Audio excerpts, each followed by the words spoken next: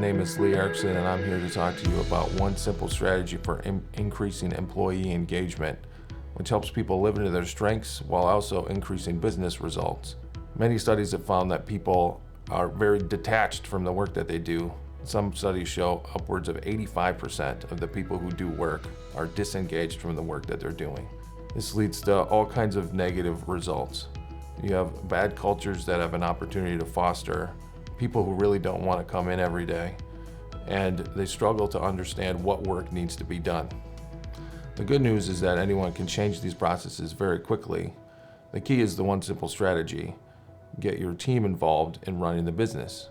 When you get your team involved, people are able to utilize their strengths more effectively. They're able to team together in a different way and then make decisions that ultimately affect their own work environment. And by affecting their own work environment, then they generally become more engaged in the work that they do. You can start quickly and choose how you want to make the change. I've found most of the time that doing smaller changes works better than big changes, but it's really up to you. Step one is finding a group who's interested in changing. This can be a group actually that has a lot of frustrations, which inherently doesn't seem like it'd be the best group to start with, but they're telling you that they want to do something different, and this is a great opportunity for them to take control.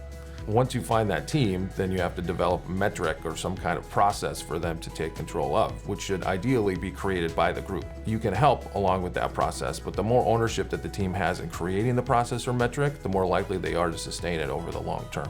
Step three is making sure that the whole team understands what is happening for that particular metric or process. So if you happen to have groups that have multiple shifts, or if you have some folks that didn't happen to be there that day as that process or metric was developed, that you make sure that everyone's engaged and everybody understands really the intent behind why you're making that process or metric change. And then once all that's happened, step four is really making sure that you check back often. And let people know that changes can occur. Just because you made this change doesn't mean it's static and forever. People need to show and know that there's an opportunity for them to make changes in the future as well. And by checking in, you're giving feedback on how the process is working, but at the same time, we're also allowing people the open space necessary for them to make improvements to a process that's brand new anyway. Personally, I've seen this work with budgeting and spend control for a lot of the groups that I've worked with. What we've done before is set up some goals for people, just like you would a checkbook at home, so that they know every day how much money they have to spend, and then they spend that money according to what they need. And this for us was with indirect spend. So it was gloves, it was Q-tips, it was those kinds of things, little incidentals.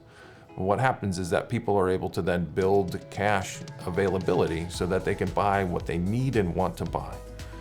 The beauty of this is that people are now actually purchasing the things that are necessary for them to be more successful in the sell. They're driving continuous improvement through the spend profile that they now have more accountability to and autonomy for.